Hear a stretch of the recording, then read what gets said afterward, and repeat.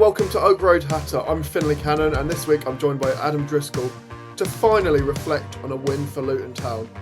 It was Luton's first win after 12 games without one, and didn't it feel great? Adam, how are you doing?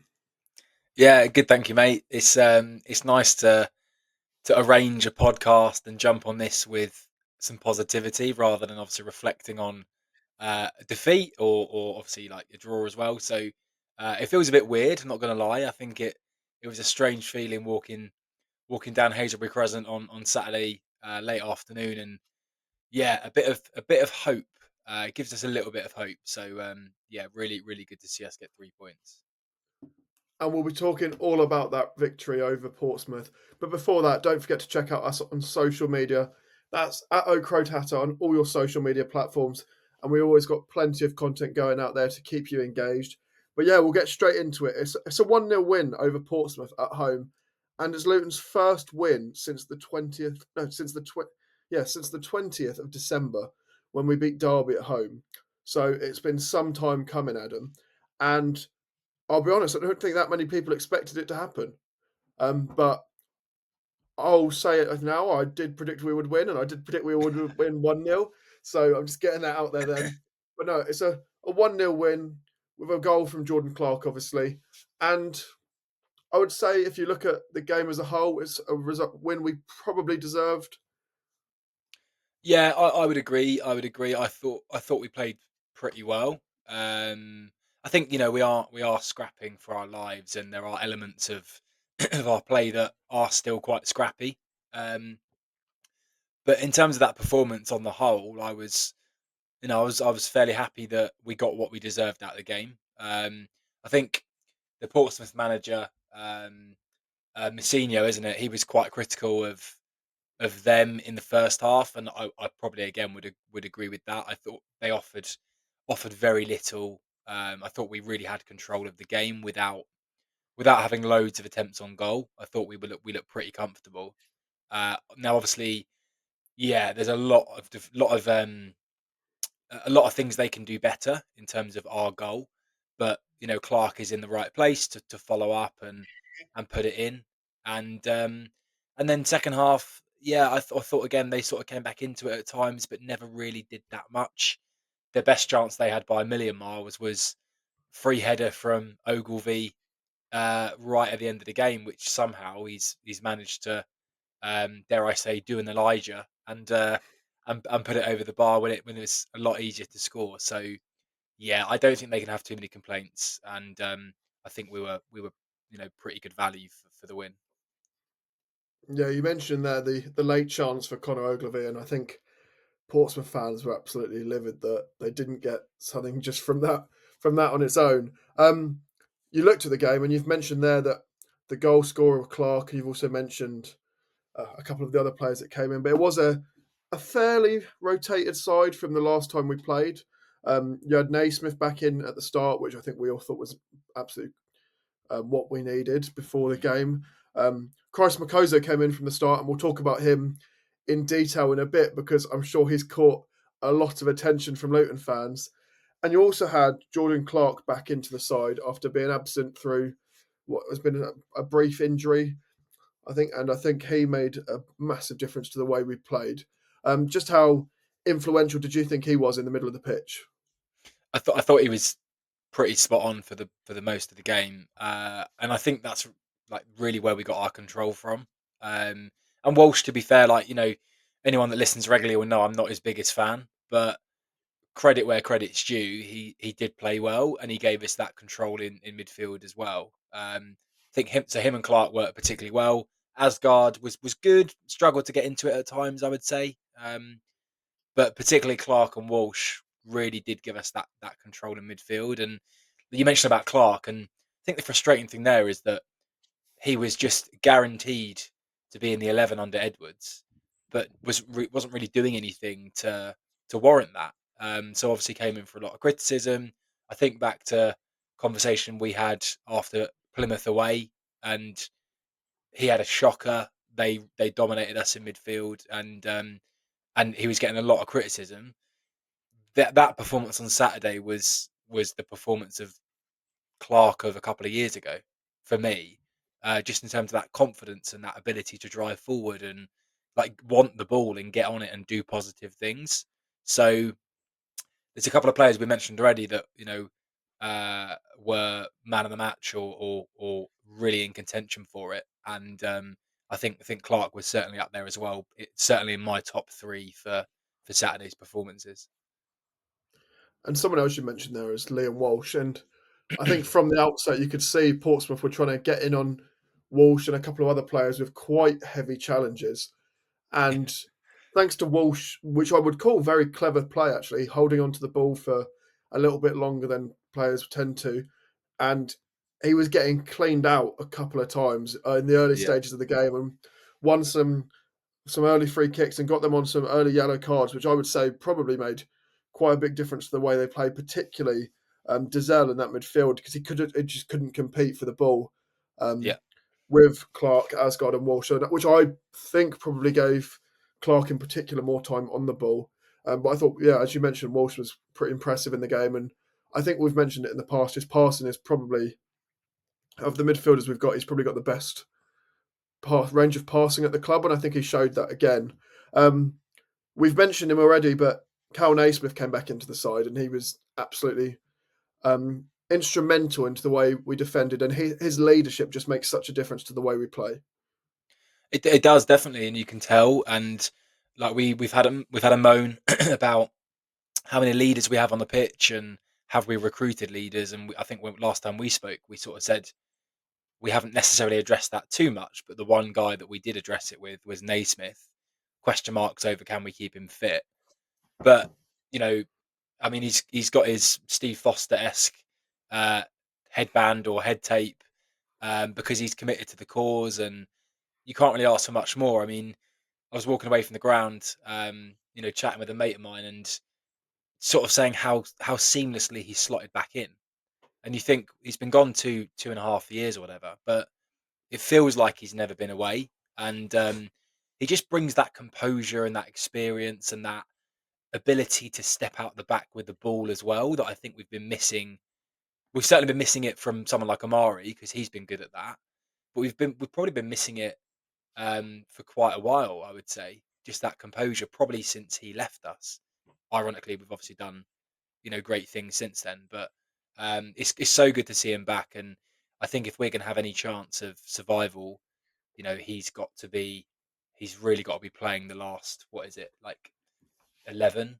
Yeah, 11 games. He's got to be in that back four or back five or whatever for all of them really.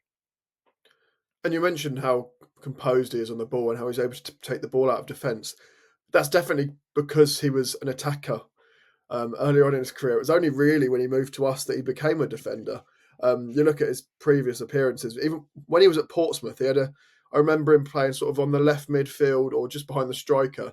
And I'm just looking here now, and there was a season at Portsmouth where he got 15 goals in 41 games. So the fact that he is such a competent defender is a real credit to him as a player and just shows how versatile he is. And you can see it when he's on the ball. He's quite happy to hold on to it and take it past a couple of players, which I think gives someone like Bell much more confidence as well, because Bell, I thought, was probably back to his best as well.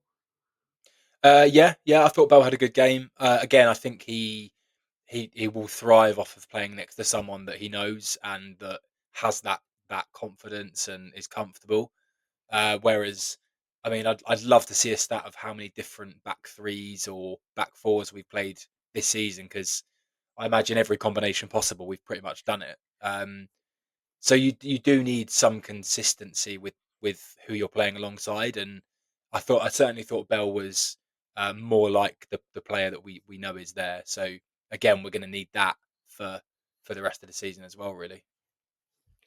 Yeah, and I think having that stability in defence is a big part of the way we play. And with McGuinness unavailable, we saw Christ Makoso start, and I mentioned it earlier on in the episode.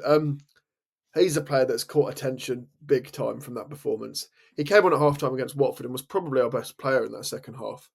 Um, but in this game, he started off quite slowly, I would say, and struggled a bit at the initial stages, but grew into the game very quickly. And I'm sure you saw it very well because of where you sit. But I was Mm. just up from you, and it was early in that first half where he jockeyed the ball out of play. I think it was Murphy that was trying to get the ball off him, and he won the ball in that corner and managed to jockey out for a goal kick and celebrated like he'd scored a goal.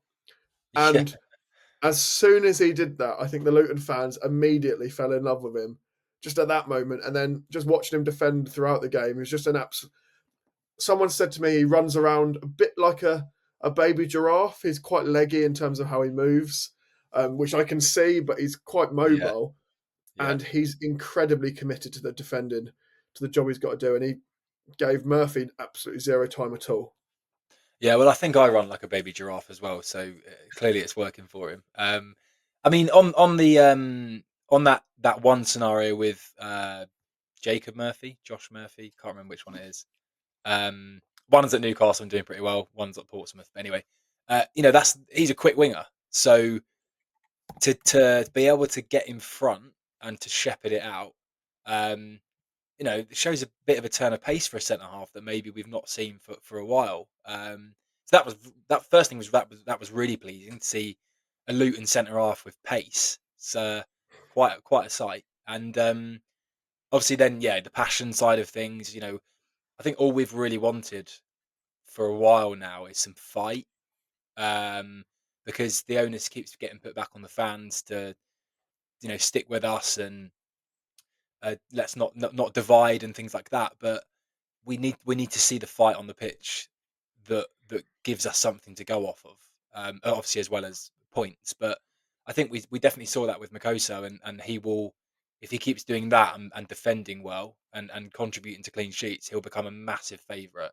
Um, so yeah, really really good to see that. And the only question that comes to my mind is where's he been, because we touched on the January summary and the window summary briefly last time, and you sort of thought, well, like why have we brought him in if he's just going to sit in the 21s? And clearly he's played 1.5 games for us and is very very capable and arguably one of our better defenders based on what we're seeing at the moment. So yeah, that's the only frustration. But look, he's here, he's ready, he's clearly good enough, and if we can keep him fit, which again, that's 3 players I've said now we need to keep fit, then he hopefully will form um, a decent and solid defence between now and the rest of the season.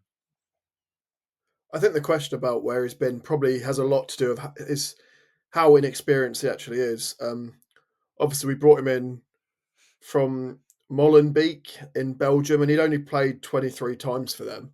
Mm. So he's not exactly a vastly experienced 20-year-old. He's a very, very fresh faced. He looks quite young as well in his build and in his face. So you can see him being needing to be eased into the side, just to get a bit more. Well, to get to know the players in the squad first of all, I think is probably important. But yeah, since he's come in, he's looked pretty competent, and yeah, he certainly stands out with the way he carries himself, not just during the game, but also at full time as well. Because for anyone who left before the players did their little sort of lap of honour thing, you had the whole squad going round clapping the fans, and then at the back, quite substantially at the back, was Makoso, who was he was in front of the Kenilworth Road end, grabbing and kissing the badge and getting the fans going again.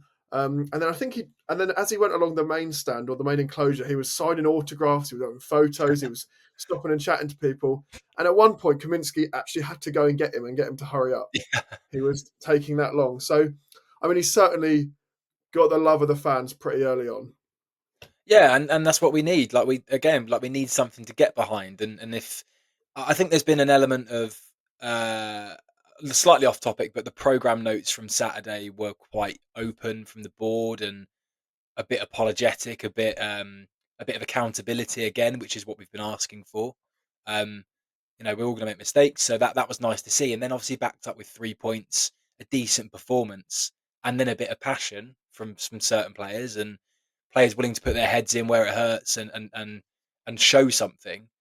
It feels like a good day. I'm not going to say it feels like a turning point because Burnley away is the next game and it's the hardest one you could have, probably bar Leeds away. Um, but it gives us something to be a little bit more positive about, and it it gives the squad hopefully a a milestone or a turning point to think, right, this is the same thing we need to do, like especially with all of our home games. This is the standard in terms of fight and what we need to do really. So um yeah, we'll obviously have to see how things pan out, but it was a positive day when there's been not too many of late.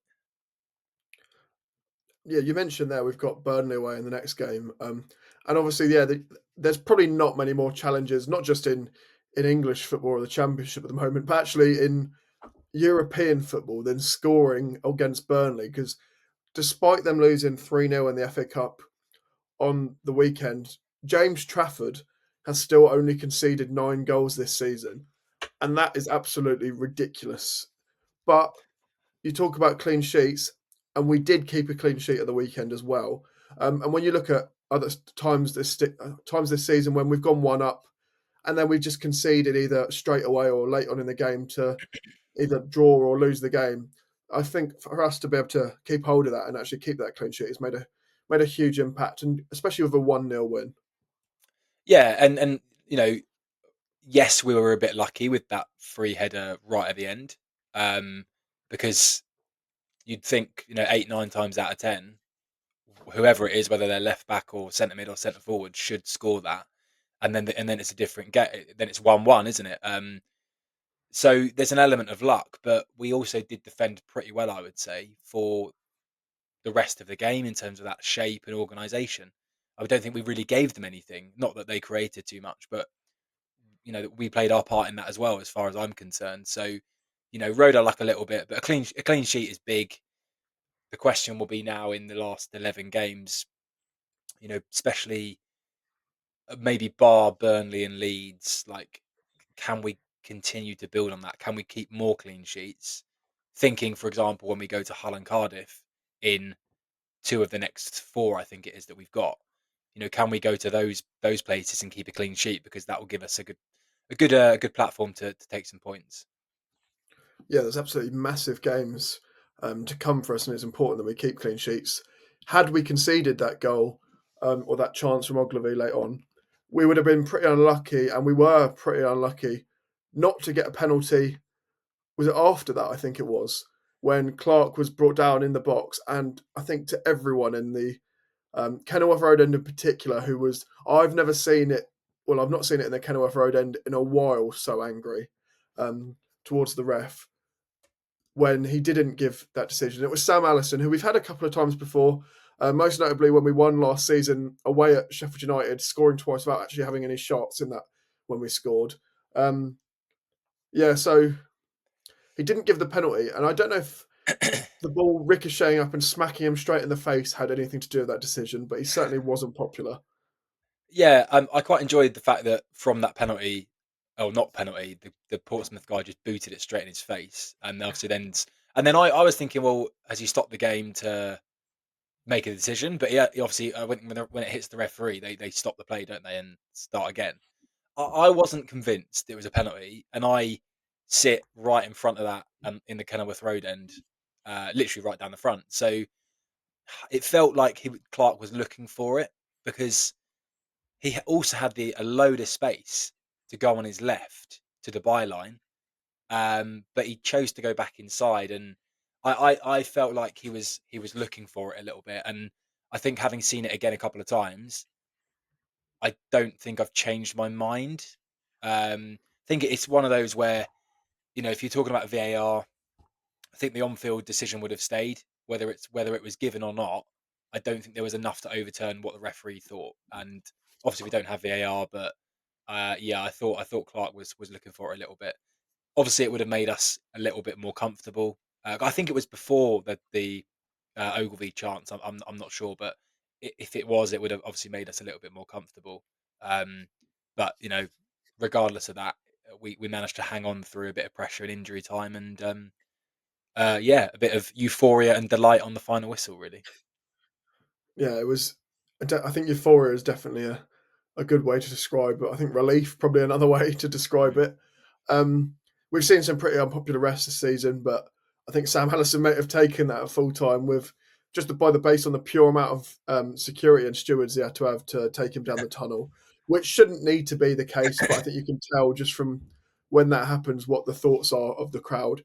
And it wasn't just sort of our from Luton fans that were unhappy with his officiating. Portsmouth fans were also very unhappy by the officiating. So at least it was a two-way thing. But I would say it's probably one of the worst performances from a referee we've seen this season, which is saying a lot. Yeah, I thought he was poor for both for the majority. Um, Big calls. I do think he got that penalty right, and there'll obviously be some people that listen and watch that disagree. Um, I mean, Portsmouth had a massive shout for a handball when I think it was maybe Doughty or someone. I can't remember who it was, but essentially swiveled to see where the ball was and ended up thumping it with their arm.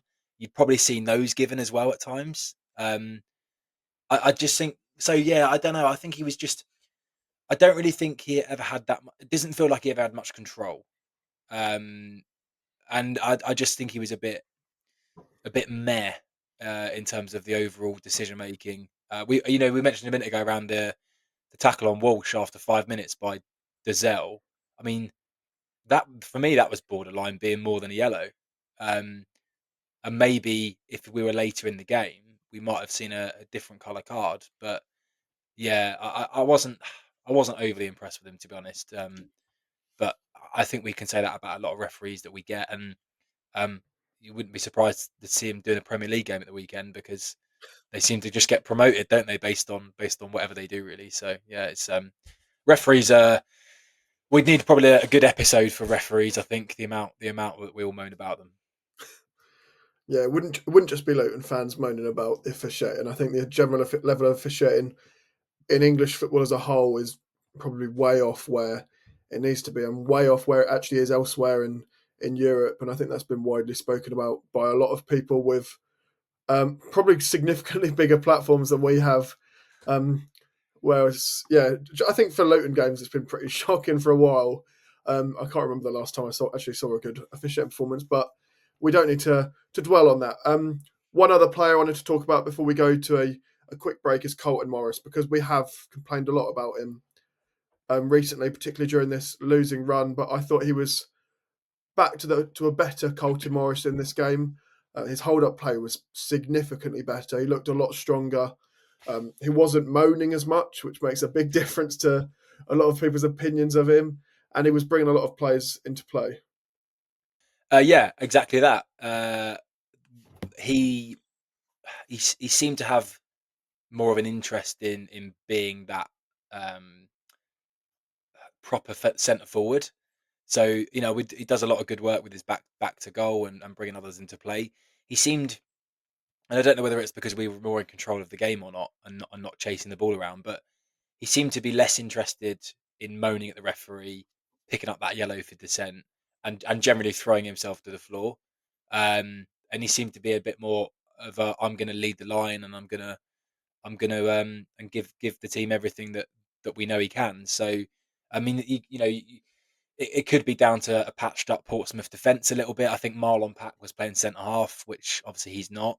So maybe he looked at it and thought, actually, I'm going to have the edge here if I put a shift in. But he was a lot better, and yeah, again, like exactly what we need to see from him. He's got the captain's armband, and he needs to keep showing why. Um, and because I don't think he has been predominantly this season, but that it was a leader's performance, and what I would expect to see from him as a standard, really. And do you think he benefits as a leader by having someone like Naismith in the side as well, who can, whilst Morris is the captain on the pitch, he's got Naismith further back, sort of directing things around him as well? Yeah, definitely. I mean, we need, I always think about a football team needs a solid spine. And I think back to when I was growing up watching Luton and we had the likes of Chris Coyne, centre back, Kevin Nichols, centre mid, and Steve Howard up front. And I mean, we never got to the Premier League with those players, but you wouldn't see a much better spine than that in my time. So you definitely need it, and yeah, Naismith at centre half is brilliant. He can usher the defence. He can instruct the midfield that are ahead of him as well. Morris can focus more on what he's doing in terms of trying to keep the ball at the top end of the pitch. So it's a massive weight off for him. And that's that's really why we keep talking about keeping players like Naismith fit, because he brings more than a calm head just to the defense and himself. I think he brings it to the whole team, whoever's playing as well. Yeah, he certainly adds a lot more to the team, and I think he does as McGuinness does as well. Less vocally, but more in terms of his performance when he's playing. You saw that when he came on, he was committing to everything, despite looking like he'd picked up an injury at one point. And I think the bench also thought he'd picked up an injury because Mads got stripped off and ready to come on, and it was quite late that the decision was made not to bring him on. So hopefully he's okay because he has just returned from a brief injury. Yeah, yeah. Let's hope so. I mean, I think the last thing we want to see is someone being forced on when they're not ready. Um, I appreciate we're in a position where we need our best players on the pitch for basically every game, but also you have to still have to think about you can't have someone going on for 10, 15 minutes and breaking down, as we've seen with the likes of Baptiste. It can't happen. So yeah, fingers crossed everything's good with him, because we certainly do need him back and ready to go. Yeah, we're going to go to a quick break now, but when we get back, we'll be discussing some of the fixtures Luton have got coming up and where we can see us picking up some results. But before we go, don't forget to check out our website. That's oakroadhatter.com, where you can find website articles and merch, plus links to our podcast, including older episodes. So check it out to find out more about the podcast.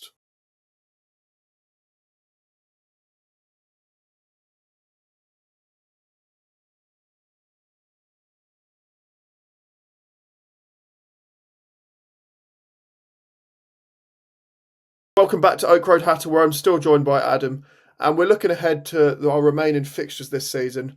Because as Adam mentioned earlier in the episode, there's less than 12 games to go. So we're going to run through and just discuss where we need to be getting results and how many points we should be hoping for from the remaining games. So Adam, I'm just going to run through the full fixture list we've got remaining, and then we'll discuss where we should be targeting. So obviously in our next game we've got Burnley away. That's followed by Cardiff away, then Middlesbrough at home, Hull City away, Leeds at home, Stoke away, Blackburn at home, Derby away, Bristol City at home, Coventry at home, and then our final game of the season is West Brom away. And you look at that fixture list, and it's a real mixture of teams that are doing really well or pretty well up in the top six, top 10, and a few other teams who are actually struggling, who are in and around the relegation zone, and we are the teams we need to be taking points off to keep us up this season. So I think we've probably ruled Burnley away out just because scoring goals against them is so tough for every single team that plays them, and I don't think that's a realistic one to expect. But if we can get something there, that would be brilliant. And in fairness, I don't think a draw would be that much of a challenge as people are expecting, particularly a nil-nil draw. If we defend well, Burnley don't do loads going forward. Yeah, I mean, if we defend well though, that like I know we're off the back of a clean sheet, but we have conceded 55 goals. So I think Burnley away is certainly one where you think if we get anything, it's a massive bonus. Um, yeah, I'm not pinning hopes on Burnley away. I think the games like the next one straight after that, which is midweek on the 11th, is Cardiff away.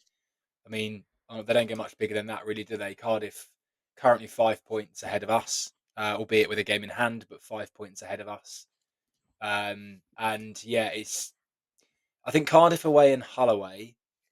With the fact you've got to go to Cardiff and Hull, you've also got to go to Derby, but it's obviously towards the end of the season. I really think from Cardiff away and Hull away, you've got to be getting 4 points. Um, because in one of those two games you are taking points off of the other, essentially. So I think that's probably a minimum that we need. Now, obviously, that means getting 4 points on the road, which any points on the road are have been really tough, and we'll certainly need to change our fortunes there. But yeah, certainly Cardiff away and Hull away, I think we need 4 points.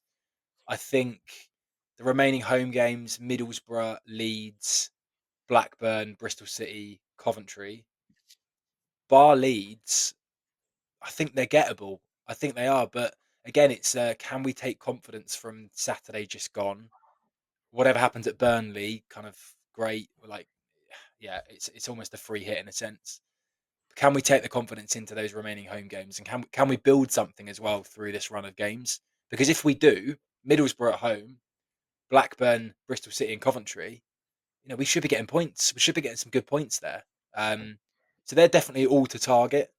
And obviously, then other than that, the other ones that we've not mentioned so far, Stoke away and Derby away before the last game at West Brom. So yeah, for me, all of those away games, apart from Burnley and the last game, are are I don't want to say they're realistic, but they are not intimidating fixtures on paper. Um, so yeah, I mean, there's a good run of fixtures there to be able to take some confidence, hopefully, and really start to get some points. How many we need? I'm not 100% sure. I think I'd like to see us get 6 wins or sort of 18 points. Um, if we did that, we would get to what, 49. I think we could be okay with 49. Um, but I wouldn't like to hazard a guess as to where those 6 wins come from in those 11 games, because there's potentially a couple that you are writing off. So I mean, what do you think we need, like, points wise, to stay up? I think there's probably,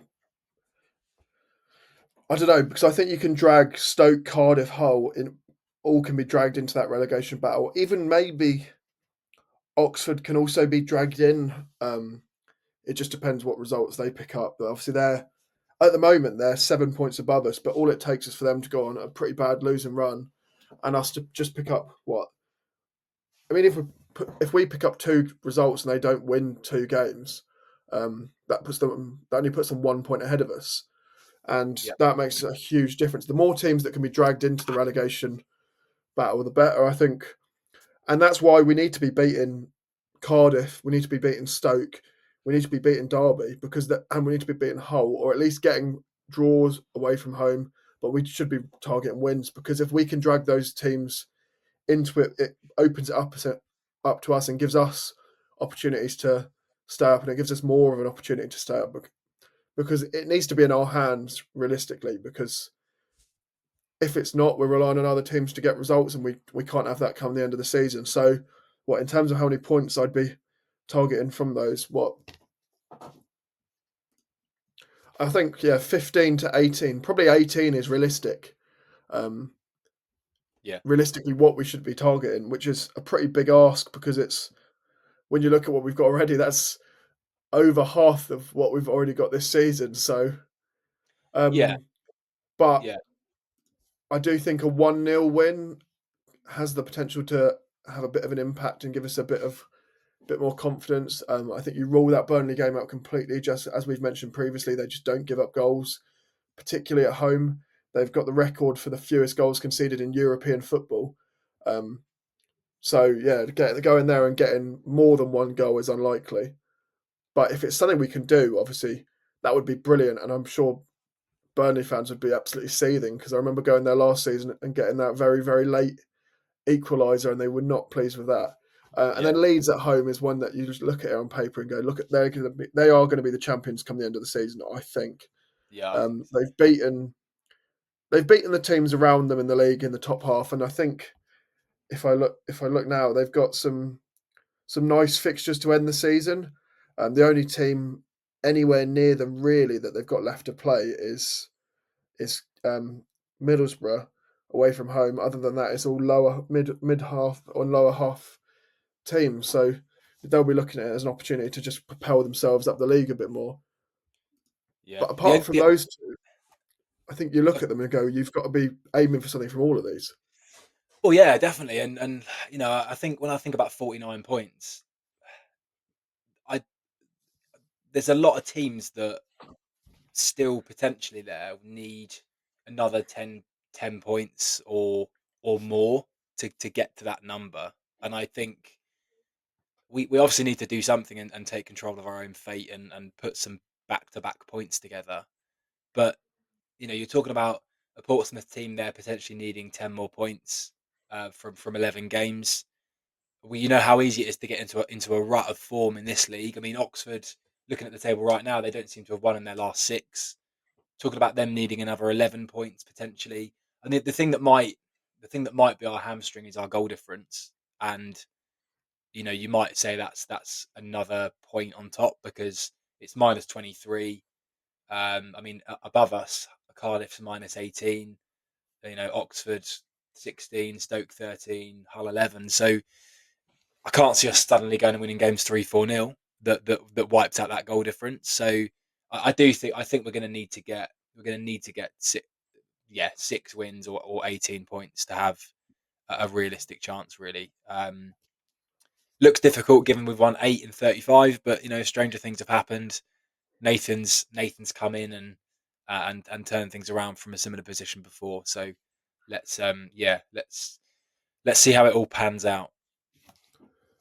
And we've already discussed it, but let's talk a bit about it a bit more because the three teams and the three games that we really need to be targeting are the ones that are away from home, or four actually, is those away games because we've got Cardiff, who are, as it stands at the time of recording, they're 5 points ahead of us, and their next and that game in hand is actually Burnley, so you can see them not getting something from that.